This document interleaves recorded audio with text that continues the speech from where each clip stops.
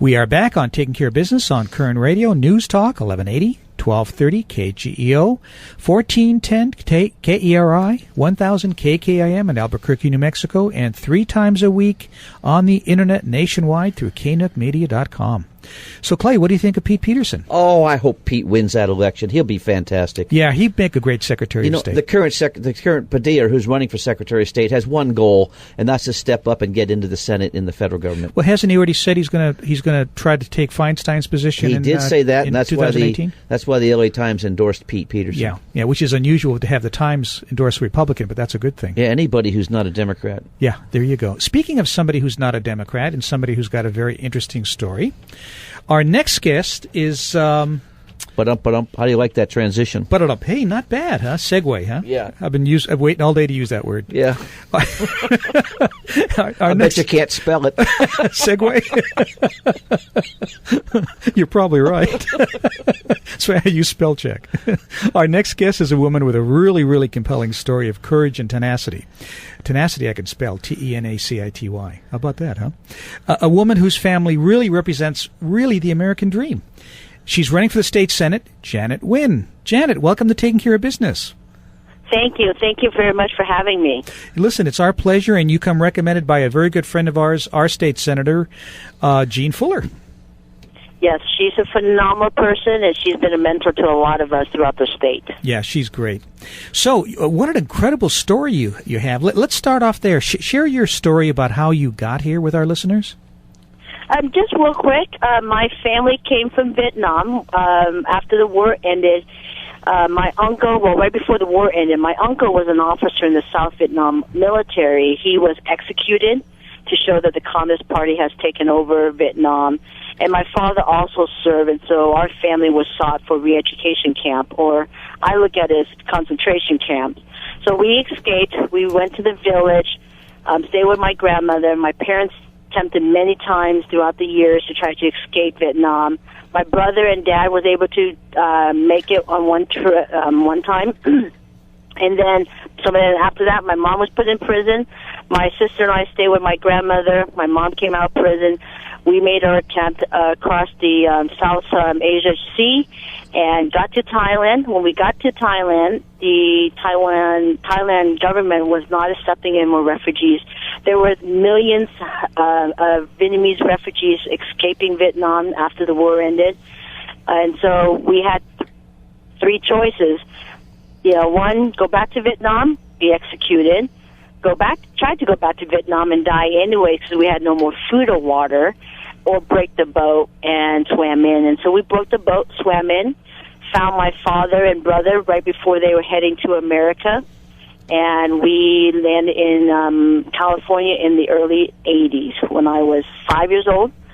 Spoke no English. Of course, coming to this country as refugees, we were very poor. We were on welfare food stamps.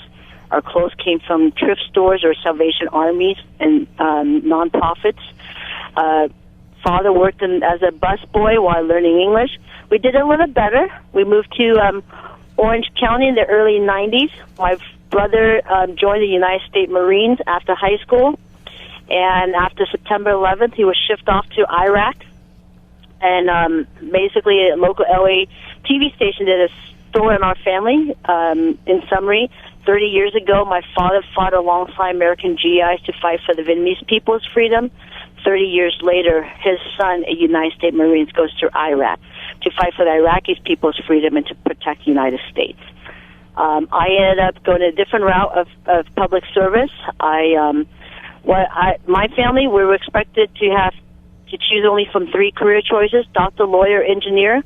I was the doctor chosen child of the family, and I headed to UC Irvine to study biology and to take the biology classes. My second year in class, took a community political class. I was working 3 jobs and also going to school full-time. Started my internship with a gentleman, and he was a visiting professor, and he was a chairman of the board of supervisors. Did not know who he was, did not care. But after the internship, I learned that I want to be proactive and not reactive. I want to be there when laws are created for or against someone like myself, whether that be a mom, a small business owner, a refugee, a Gen X, a young professional, a property owner, a taxpayer, you name it. So I then worked for the Long Beach Chamber of Commerce to protect small businesses and advocate for jobs and economy. Then ran for Garden Grove City Council and was elected to the Board of Supervisors in 2007. Was the first Asian American and also the first woman in the first district in the county's history. Wow. And we're having a conversation with Janet Nguyen, candidate for state senate. Janet, why did you pick the California Senate versus the Assembly or moving on to higher office on a federal basis? Well, you know, what actually struck me for this race is that this is the one seat that would take away the two-thirds supermajority of the Senate Democrat caucus. I came from a one-party rule country. Actually, I escaped from a one-party rule country. The state of California right now is a one-party rule. I believe that when differences of opinion are at the table is when the best public policy comes off all people. This race is so important that even Forbes magazine a month ago featured our race with the headline, "One race may determine whether taxes go up by billions in the U.S. largest economy." And so this is the race where it will impact whether the one-party rule will do away with Prop 13, will put in split roll taxes. They can raise taxes without another Republican at the table. They can actually also override the governor's veto. I mean, we're talking about absolute power. Yeah, and I looked at this as, you know, my children, I've got 2 young boys, and I look at their future, and I look at the future of our state. And if I can make an impact, this would be the race. But don't you think it's really good to have a one-party rule when you consider that we can pass high-speed rail, we can limit water usage, we can increase taxes, we can give a lot of free benefits to these people that can't afford it? Janet, any second now, the ceiling is going to open up. There's going to be a bolt of lightning, and Clay will be gone. That's what happened with one-party rules, is they know everything you're saying. Sure, and exactly. Where we are. You know, that's the thing is why we don't want that. When the state is only catering to one special interest and one viewpoint, which doesn't represent all people. You know, Democrats can't say that I don't know how it is to be poor. I've been there. I've been in welfare and food stamps. Democrats can't say that I don't know how it is to learn English as my second language. English was my second language. So there's a lot of things that they don't see that the rest of us, even though we are registered as Republicans, we are the people, and we do mimic the American dream. We work hard. I've never been handed anything my entire life. All the races I ran for 7 offices in the last decade. I've been outraced, outspent, outendorsed, because I'm the only Republican in the Democratic area in Orange County. Isn't that sad to think that I've been blessed. I've won all 7, and it's because I work hard. And I make sure that I represent the people. Yeah, it's sad to think that there's a Democratic district in Orange County. That just seems like an oxymoron. First of all, thank you, brother, for us, Semper Fi, for his service in the Marines. Yeah. Tell us about your district and what area it is, what the district number is. It's a 34th Senate district. It's in Orange County. 90% of it in Orange County, and 10% of it is in Los Angeles County, which is the Long Beach area of Los Angeles County. So you've got cities such as, actually, it's a very diverse district. It has Disneyland, the Honda Center, that's the home and of the Democrats. Stadium.